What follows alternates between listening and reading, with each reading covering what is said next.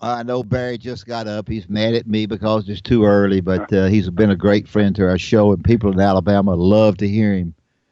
I Good morning. told you not to get him till 8:45, Dad. Why'd you get him Okay. so early? How you doing, Barry? Hey, y'all wasting time. Y'all are wasting time. I'm gonna hang up on you in a minute. I'm going No, back you to ain't. bed soon. No, Get you something ain't. started here. Don't hang up on me. All right, here's something I want to ask you. You're so successful, and for people that are, unless you're my age, you don't realize how good this guy was. But he was a great coach. Anyway, I've done brown nosed you enough. I know that it's plays. I know that it's players, not plays. I know that players win, not plays. But there's something that Lincoln Riley's doing to get those players to play offensively. Explain that to me. Well, first of all, it's not just what Lincoln Riley's doing. It's the vogue in college football today. I think our league, the Big 12, you probably, we've left you so far behind. At least I should kind of stay up with these millennials. I'm on Twitter. Do you have a Twitter account? Oh, yeah. Oh, sure. If you follow me on Twitter, you see I do. tweeted out there, the worst job in college football today is being a defensive coordinator in the Big 12. The reason why, it's the style of offense they use. And Lincoln Riley is no different than the rest of the league. The rest of the league is lined up with skilled people throwing the ball and put them in space and creating a lot of problems for defensive coordinators. That most people get to play up usually against the one team that has one tight end. These guys are they spread their tight ends out here. We don't. They've got three. They're empty or four out every time, and it's people in space, and you don't get to play a front that's got down linemen that are playing physically run game anymore. They're guys who've got about three pass rushers and maybe four, and hopefully two run stoppers and rush the passer, and you got the rest of the guys in space trying to play coverage against people that are damn better, faster, and quicker than they are. I said to you the other day. Will Georgia score 30? And you said to me, Georgia, Oklahoma will score at least 30 against Georgia. Isn't that what you said? Well, they'll score 30 against anybody. Baker Mayfield, I'm up here in New York. I'm staying over for that. Baker's going to win the Heisman, without a doubt, and leads the nation by 4 or 5 categories, as quarterback. And he is really a tremendous player, but they've got other talent around him, and he's got some good speed receivers and skilled people. Defensively, coaches used to think defense is one thing that could play consistently well every week. You'd have, you'd be maybe more inconsistency in your offensive play, but one thing you count on is your defensive play pretty well. Well, that's not true anymore, not certainly in this league. They fired Mike Stoops in the first quarter of every ball game about 6 or 7 times this year, but he's hired back by the fourth quarter because they end up winning the ball game. Being 12-1 makes a difference. But it's a nightmare for these guys here because your defensive team is you still win with defense, but your offense better score 35 points, 40 points. You don't have a chance to win in this league. Yeah, I equate it to what Duke does in basketball. They just say, we're going to go to a number you can't get to. That's kind of what they look at. They get it up in the 90s, and they know that their opponent can't. Just how high can Oklahoma score? Does their defense kind of look at it like that? Hey, that offense is going to get to a number that they can't get to. We just got to hold them some. What is their philosophy defensively there, Coach? Well, our defense, you take our defensive backs. Our defensive backs aren't very big at all. They're speed guys. They can run. They're coverage guys. They're not recruited to play the run game. They're not big physical guys. And we don't meet the offenses that line up 2 tight ends and run the football. And that doesn't happen in this league. I mean, they're athletes. They're basically cover guys. And they call them hybrids, I guess, guys that used to be Willies and Sams that play 9 techniques that come in and line up over tight ends. Now they're in space. Those guys don't get to get on the field anymore. And in this league, you're playing with about 5 or 6 defensive backs starting the game, 6 probably, and in space all the time. So it's a different look than it used to be in college football. When I played, hell, you won games 7-3, 3-0, and you played defense, kicking game, and offense. Your third phase, where you're interested in quick kicked on third down. You got played field position, and you saw games like that, scores like that in our era, Willie and Wimp. But it's obviously that era's gone because of what has happened, the skill, the talent, the coaching kids get in high school today, and the high school coaches do a better job and ever done before, and their kids just come to college better equipped, and just better products coming out of high school than they ever have before. And I hope Anderson gets to play. I don't want to get into that with you, but I do want you to talk a little bit about his ability. He's a great running back. Yeah, he is out of Katy, Texas. Had a terrible career so far. As far as injuries, he missed 2 years because of damn critical injuries, and he was a 4-star recruit coming out of high school. And he anchored as a 400-meter relay team. He's got really good speed. He's 225-pound back, 6'2", and really was having a great year. And of course, obviously, he said, one of those things. Sure. Happened a couple of months ago, and all of a sudden she visits with a friend of hers, and all of a sudden they just filed some damn, restraining order on him, and he hadn't even seen the girl in 2 months. But it's kind of crazy deal. But with Title IX in college football today, I mean, it's you just, by God, you can't do anything wrong. You can't say something, do something that it jeopardizes your career if you do. Barry, get this one. Jimbo Fisher, Barry, is making $20,548 a day. Right.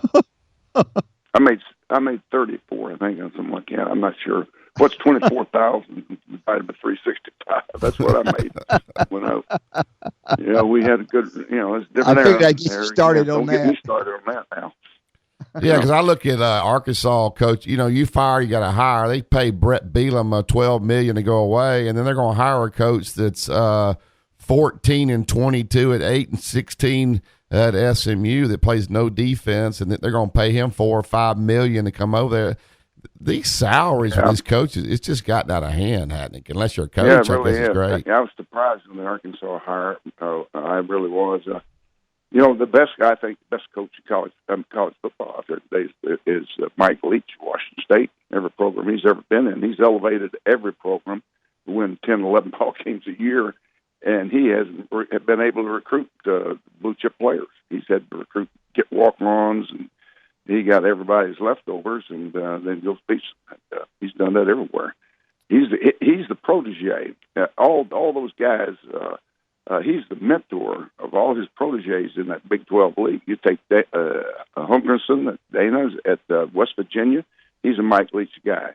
Kirk at Texas Tech. You got Lincoln Reilly at Oklahoma.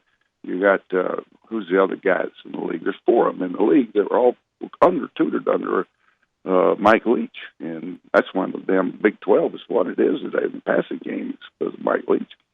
Coach, talk about Baker Mayfield. One of his biggest strengths, he's so competitive. He's a free spirit. I mean, he's throwing the flag down at Ohio State. He's getting into it on the sideline in some of the games when he's caught on camera. How do you coach a guy like that? I know his talent's great, but some things you just got to turn your head. Turn your head, right? Turn loose. He's a cheerleader. He elevates the play of that football team, offensively, defensively. He is a great inspiration to that team. I mean, really, do you think about it? He is a competitive guy. I've never seen a guy compete like him. He's hard to get a hold of. He's hard to get down. He can herky-jerky scramble. He's a spastic-looking runner.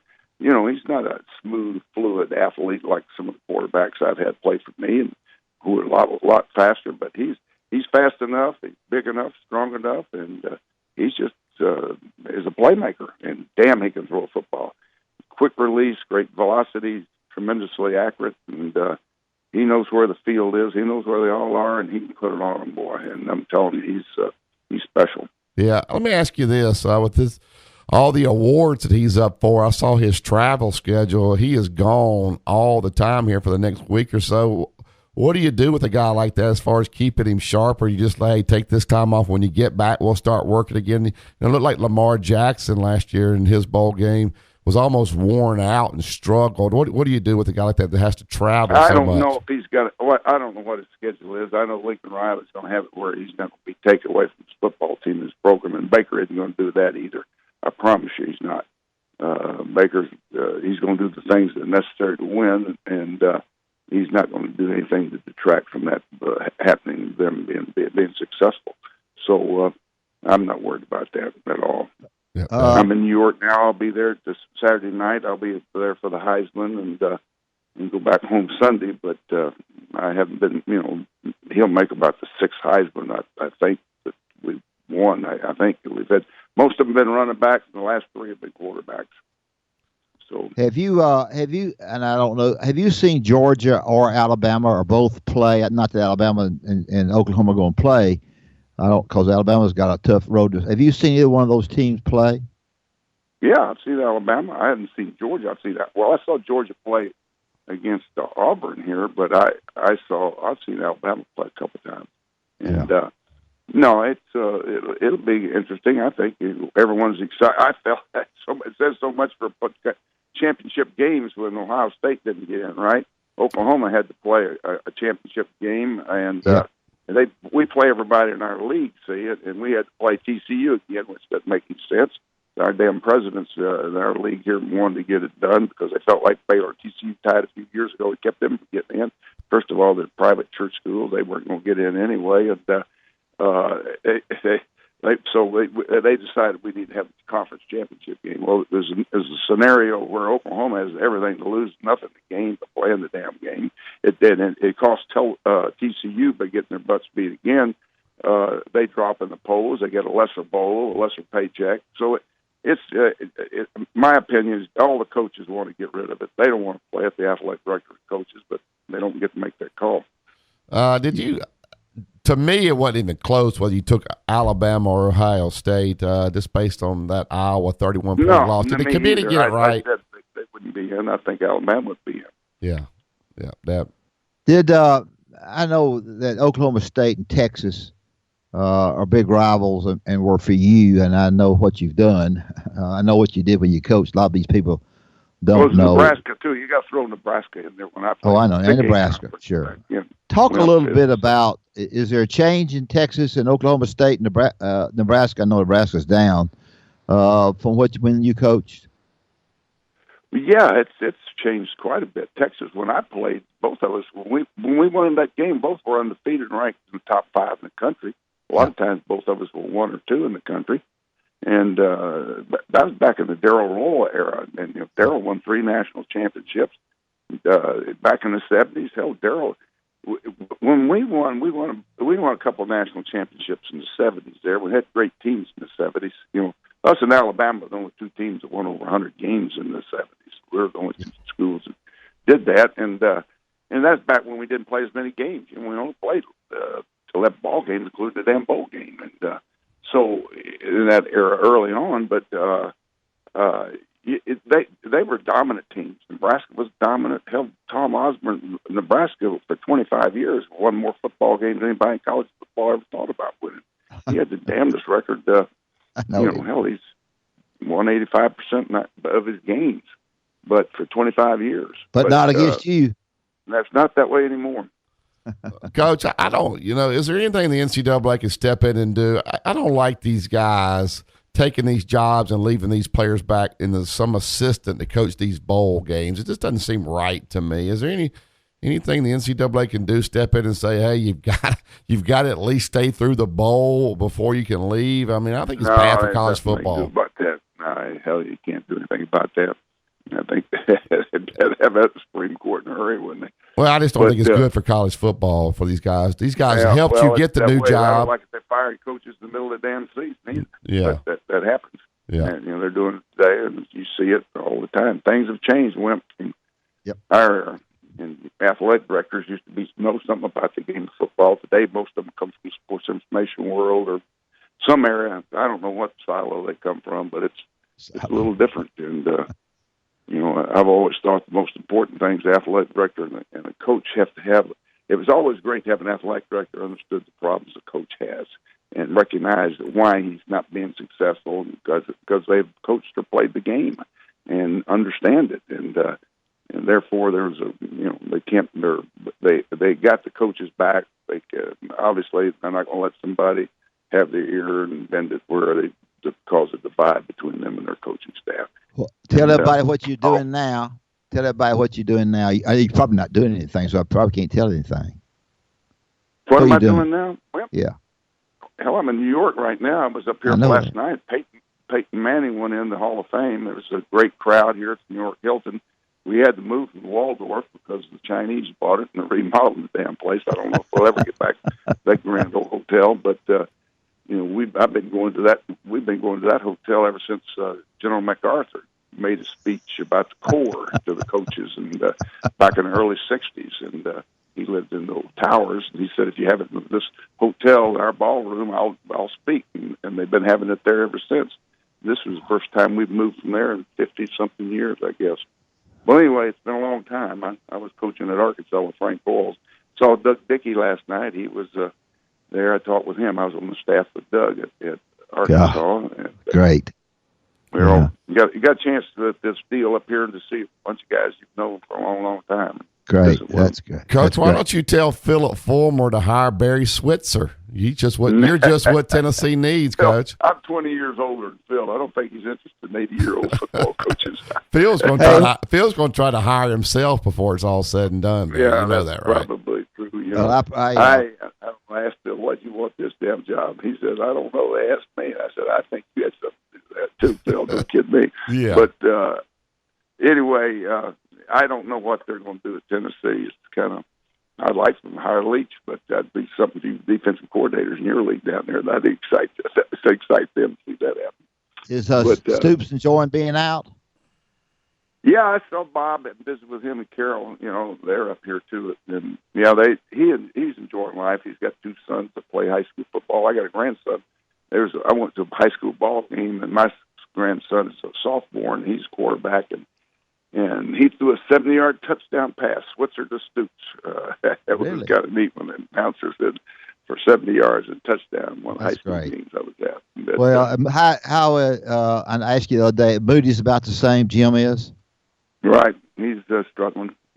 He's a hell of a player and struggling. And I called him every now and then. Charlie Flowers. Remember Charlie Flowers? Yeah. Billy Cannon, Struma High School, LSU. Yeah. They were the All-American team, Associated Press, first team All-America. Jim Moody from El Dorado played at Arkansas. Charlie Flowers, Ole Miss. Billy Cannon, Struma. And you know who the quarterback was, Wimp? Tom Meredith, SMU from Mount Vernon, Texas. Really? That was the 1959 first team All-American team.